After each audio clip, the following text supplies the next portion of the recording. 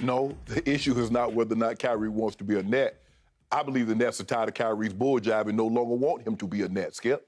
And what we're seeing here is that we've seen this now, Skip. James Harden says, I'm tired of Kyrie's bull jive. Kevin Durant seemingly has said, I'm tired of Kyrie's bull jive.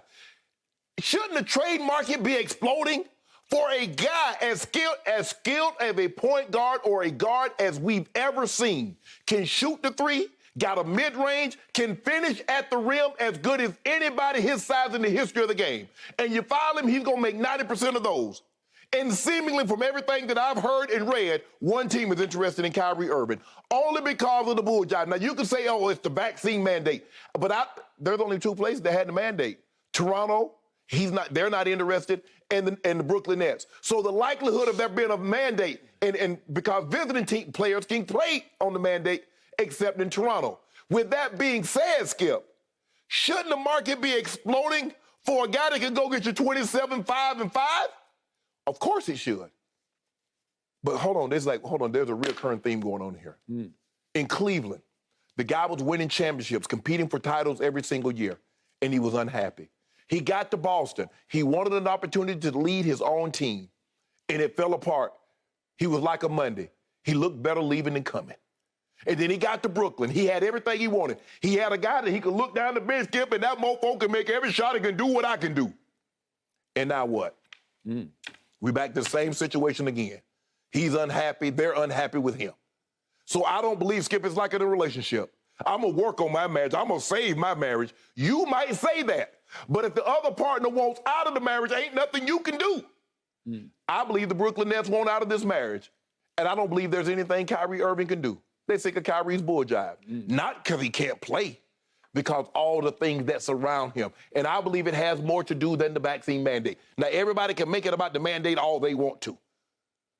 But they've read and heard what's been said of how he interacts with people in that building, the same thing that started happening in Cleveland. I don't know what transpired in Boston, but I don't think they were very, very disappointed in Kyrie Irving leaving. So that's the problem that they have, Skip. He's immensely talented. And maybe he has learned his lesson. But damn, I would like to think they say the third time's a charm. Maybe it's the fourth time that's a charm. If he were to go somewhere else, which I do believe he's going to do. And I believe it's going to be the Lakers because from all indication that I've heard from Brian Windhorst and Shams and Woj and everybody else reported, hell, only one team wants him.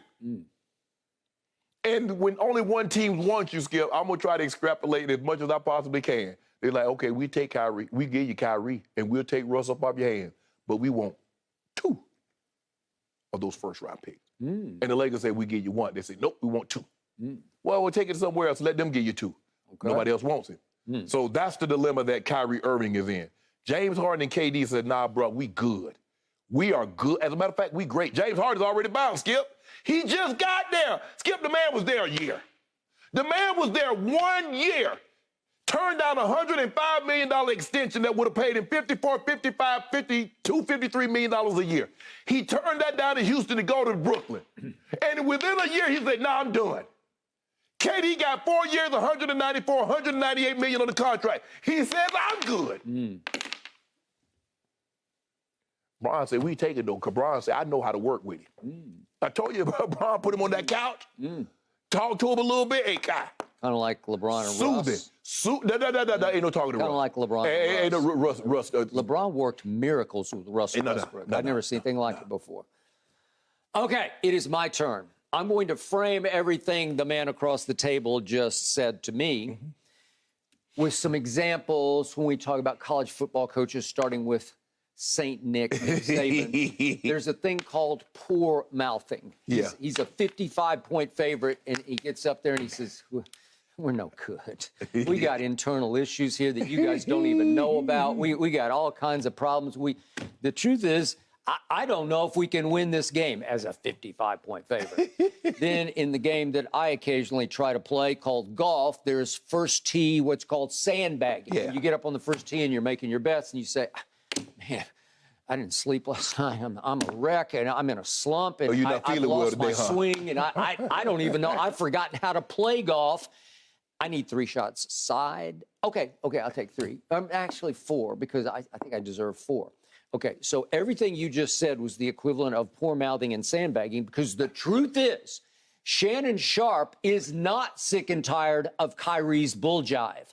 Shannon Sharpe desperately wants Kyrie Irving on his team, the Los Angeles LeBrons. Yeah. Am I right about that? This guy didn't say, well, I'm not poor mouthing him. I'm saying the league is poor mouthing him then. Okay, but you are quietly, closetly his biggest fan. You don't care about any of the stuff that you just spat out. I just believe, Skip, he said he's learned. Okay. And he did have 3 years. That's longer than he had with anybody else. Okay. Would you take him tomorrow? Yeah, today? I mean, yes, you would. Took him yesterday. Sure. Taking him yesterday. All right. Here is the new plot twist. And every day we get a new plot twist, to the point that I'm never sure what to believe. And knowing the childlike emotions of both Kyrie and Kevin Durant, they could change by the minute with how you said KD might walk back in too? Okay, here is the plot twist. I was under the impression that Kyrie badly wanted to reunite with LeBron. So this flies in the face of that, because I'm going to reread these anonymous quotes from a source close to Kyrie. How did we get into this situation about a trade when he opted in? He opted in, which means he had and he has every intention of playing with the Brooklyn Nets. KD decides he wants out, and now everybody's talking about trading Kyrie, right? Kyrie has not asked for a trade. Now, if the Nets don't want him, that's something totally different. But see, that's not what we was told. Kyrie wanted a max contract. And if he was unwilling to get that max contract, he could potentially be looking to be traded. Now, maybe he never said that, but he gave every indication that he wanted a max contract. Brooklyn was very clear from the beginning. We ain't giving you no max contract. So there's that. So what happens, Skip, when you don't get the max contract? What does everybody say? Well, ship me out. DeAndre Ayton didn't get the max contract. What does he want, Skip? Guys that don't get the max contract, when they feel they're deserving of the max contract, from all things that I've seen, the max contract's been in existence, is want to move. So you don't think I'm a max player. So you're not going to give me max dollars. This is what you think of me? Okay, well, let me go somewhere else where I can get the max dollars. I do believe Kyrie Irving wants to be. But, Skip, it's a slap in your face when you're looking around and you as skilled as Kyrie. And one team, you mean to tell me all y'all teams, none of these teams want me? No, because of your behavior off the court. They know you're skilled. They know you're skilled. They watched it. Like you said, the tape, you try to get somebody, you try to fool somebody to take a rust when they see all the footage. Yeah. Well, they've seen all the footage, Kyrie, but it's the behind the scenes. Hey, in game one of the 4-game sweep that they suffered, but in game one in the fourth quarter, you remember? Yeah. He scored 18? Yeah. 39. Points? Hey, there are many humans alive who can score 18 in the fourth quarter of a playoff game. Nope. I don't care who you are. Nope. Okay? He's still supremely gifted. And I believe he's right smack dab in the middle of his prime, right here, right now. He's got 2 or 3 more years in what I would call his prime before he starts to age a little bit and fade a little bit down the stretch. So he is an extremely, supremely valuable commodity, except for all the off-court issues. And the problem is the passion, is the priority of, is basketball really that important? No, he told you it wasn't. Okay. Well, that's a problem. That's what scares me. He said it. Off. He said basketball, there's things more important than basketball. Okay. So do I believe that the Brooklyn Nets are sick and tired of Kyrie enough that they have already made an internal pact? We are going to get rid of him. We ultimately will hold out for the best deal, and whatever the best deal is, we are going to move Kyrie. I don't believe that at this point. Okay. It still hinges on the nuclear weapon is Kevin. And again, we're going to talk about this in a few minutes. I would hold Kevin's feet to the fire. I don't believe Kevin would sit out a year if you just said, hey, we got a 4-year deal with you. You're going to play here. If he plays and is forced to stay in Brooklyn and finally just gives up and gives in and says, okay, I'll play. And again, you can't play half-heartedly. And I don't think he would, because it only reflects on you if you play half-heartedly. Right. So if he's a net next year, then I believe Kyrie would be all in being a net. The X factor here that nobody has written about, neither party has talked about, is I think the bridge got burned between Kevin and Kyrie. Yeah. And I believe it happened earlier this year when Kevin sided with management about sending Kyrie home because he wouldn't get vaccinated. Right. I think even Kevin, that was like James's response was, just get me the hell out of here. Right. Kevin's response was, get him the hell out of here. I don't even want to see his face anymore. We'll muddle through and try to figure it out. Right. And it wasn't until late in the year that everybody folded and crumbled and crawled back to Kyrie. Right. I agree with you, but let me ask you a question, Skip. Let's just say, for the sake of argument, everything that you said is absolutely 1,000% true. James Harden has already moved. Kevin Durant is on the move. Do you want Kyrie Irving as your lead voice in your locker room, given what he's done the last 3 years in Brooklyn? Forget Boston, forget Cleveland. Is that the lead dog that you want leading the sled in Brooklyn? Knowing what you know, how he operates, is that the lead voice? Is that the guy you want leading your franchise? Okay, pick your poison. Would you rather have Kyrie as your lead voice or a stockpile of draft picks as your lead voices somewhere in the future? Because that's what you're going to get left with here. Ultimately, if you are going to move Kevin and you're going to move Kyrie, basically what you're going to be left with is draft picks. You might be left with draft picks, Skip, but you look at what the Celtics did when Kyrie, Skip, they played better when Kyrie was away. No doubt. Look at when Kyrie got hurt his first year. They played better. The Brooklyn Nets played better when he was away.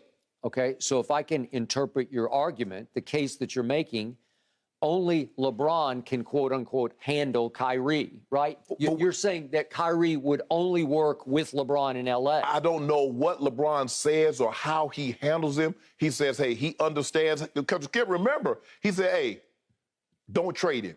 Let me talk to him, yada, yada, yada. And we can figure this thing out. For whatever reason, LeBron feels that he can. Look, Kyrie's his own man. Kyrie's going to do what Kyrie's going to do. And maybe he's learned his lesson. But I'm not letting Kyrie be the lead voice of a team. I just can't, because I can't trust him. I cannot. Given his history and what he's done, damn the vaccine mandate. That's the least of my concerns. Is to go in AWOL. It's leaving for a weeks on end and not showing up. And then I'm having to find, when they ask me, reporters are asking me, where's Kai? I don't, Skip, how does that work?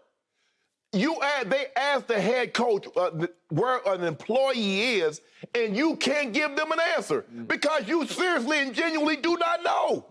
The man left and didn't tell you anything. Said, I needed some time. Okay. All right. Final question back to you. Let's do the hypothetical. Let's say Joe Tsai, the owner of the Nets, holds Kevin Durant's feet to fire. You're going to play for us whether you like it or not. I'll see you in training camp. And Kevin says, okay, you got me. I'm playing. What if Kyrie stays to go along with Kevin? And what if Ben Simmons comes back, quote unquote, healthy to start the new year? And it's still Seth, and it's still Patty Mills, and I don't know what you can do with Joe Harris. And I don't know Joe Harris. They seem to not want him in the plans. But let's say he's still in the plans, right, and he's coming off it's like a career-threatening ankle surgery. That's why the Lakers don't want him. Okay. So, but let's say that's basically your roster going into next season. What would be their betting odds? Where would they be ranked? They'll be one of the favorites. They'll be top five. I think they would be the favorite. I think Golden State's going to be the favorite. I don't know. Then followed closely by Milwaukee. Such firepower. Yeah. My point is that Vegas just sits back from this and says, okay, I hear all that off the court, all this, priorities, no priorities. They just look at it on paper and they say, this is it, man. What about the dysfunction? Okay. Are they going to factor that in? They won't. They'll just look at it on paper and they'll say, if these guys figure it out, and if there's no, obviously, vaccine mandate that you have to work around, if we're free and clear of that, then I'm pretty sure Vegas would say this is the team to beat. Skip, I think the thing is, I think it's more to that. I think it's more Joe Tsai and Sean Marks and some people in the front office is deeper than the vaccine mandate. I think it's Kai's behavior excluding the mandate. Well, it's impossible. And I don't think he showed little to no respect for his coach because he said right away, we don't really need it. Right. It's the openly and blatant disrespect that he's shown for a lot of people. Okay. And they're sick of, like I said, he didn't request a trade, but I think they're just ready to move on from him. Okay. They love to have Kyrie go. They love Kyrie going and KD stay. But it seems to me they're going to try to appease. They're going to appease KD. And I don't believe they want Kyrie as the lead voice in their locker room. And I stand by what I've said to you, that I believe KD and Kyrie will be Brooklyn Nets next year. No. And Didn't his brother tell you that ain't happening? His brother said, hell no. Well, he said hell with me, and I say hell with him. How about that? There we go. He said no. His brother does not want to be a Brooklyn Net anymore. Okay. He wants to be 7 somewhere else. Well, Kevin, I dare you to speak for yourself on this issue. He did. Because I would like to hear it straight from the horse's mouth. Well, he said Rich Kleiman is directly from the horse's mouth. He close to the horse. Okay. Thank you for watching. You can subscribe here to get the latest from the show, and be sure to check out more of the best clips from Undisputed, or go watch a few other segments from our other shows on FS1.